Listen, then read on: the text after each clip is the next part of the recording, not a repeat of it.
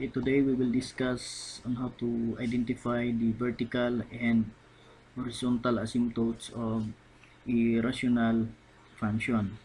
So when we say vertical asymptotes, we need to equate the denominator to 0 and solve for x.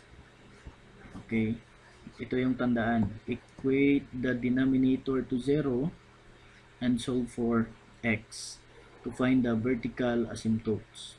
Then pag horizontal asymptotes, mayroong tatlong restrictions or tatlong pagpipilian if ano ba yung horizontal natin. So the horizontal asymptote is determined by comparing the degrees of the numerator and the denominator. So ano yung degrees ng numerator and denominator? That is the exponent.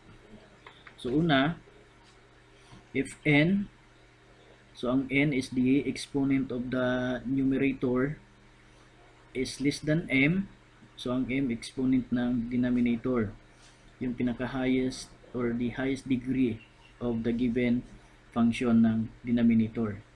So the graph of f has the line equals y equals 0.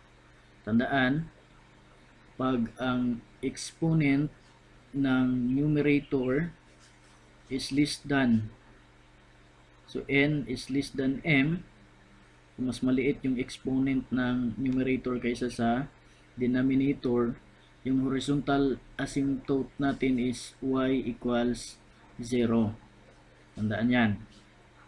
Then letter B, if n equals to m, so equal yung exponent ng numerator and yung exponent ng denominator, so ang horizontal asymptote natin is y equals, ito yung numerical coefficient of the highest degree, and ito yung numerical coefficient of the denominator of the highest degree of the given function.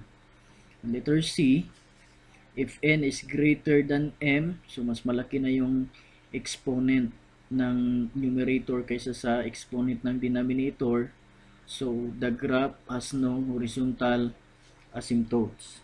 For example, number 1, we have y equals x minus 5 over x plus 2. So tandaan, vertical asymptotes, equate the denominator to 0 and solve for x. So equate lang natin yung denominator. So ang denominator natin is x plus 2 equals 0. So x equals positive 2. Pag ilipat natin yan sa kabila, magiging negative 2. So ang vertical asymptote natin is x equals negative 2. Ito na yung vertical asymptote. Okay, tandaan, mag-focus lang tayo sa value ng denominator pag hindi factorable yung given natin. Pag factorable, you need to factor that and solve for x. Okay? Next, so about horizontal asymptote. So given is y equals x minus 5 over x plus 2.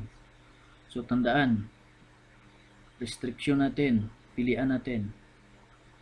So tingnan natin, so ang exponent ng numerator is 1 dito, dito is 1, highest degree, so that is for b. N is equal to m. So ang horizontal asymptote natin is ito, y equals a sub n over b sub m. So that is equals ito, merong 1 dito, merong 1, so that is 1 over 1. So ang y or horizontal asymptote natin is 1. So y equals 1. That is our horizontal asymptote. Next, another example.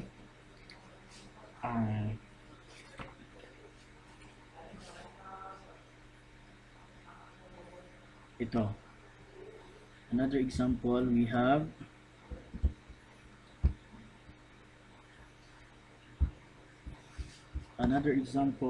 y equals x squared plus 5x plus 4 over x squared minus 2x minus 3. Tingnan natin yung given natin. Given natin is factorable. This one is factorable. So to find the factor of this, so what are the two numbers that if you multiply the result is 4, and if you add the two numbers the result is 5. So that is x plus 1 and x plus 4 over this one. When you multiply, the result is negative 3, and when you add the two numbers, the result is negative 2. So that is x plus 1 times x minus 3. Okay? So, anong ma-eliminate dito? So, ma-eliminate dito is x plus 1, x plus 1. So, remaining value is x plus 4 over x minus 3. So to find the vertical asymptote,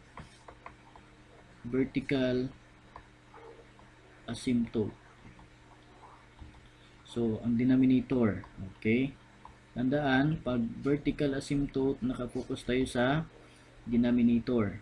So ang denominator natin is x minus 3, equate natin sa 0, equals 0.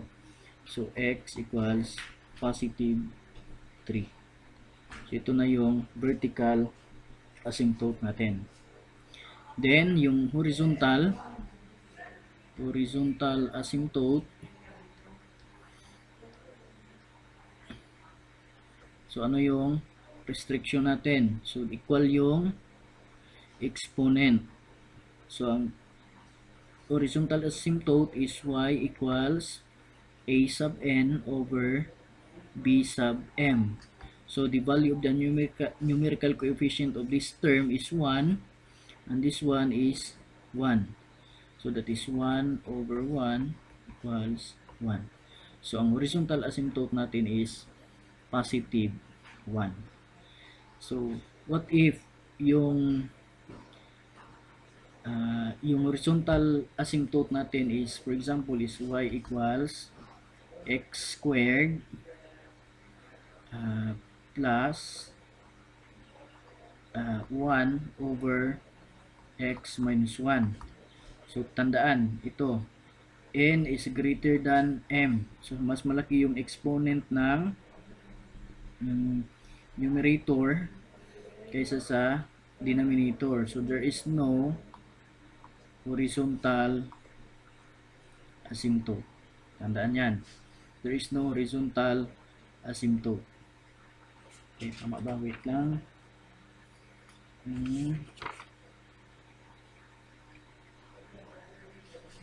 And if yung another one, y equals x plus 1 over x squared minus 1, ito, yung value ng n is less than m. So, ano yung asymptote nito?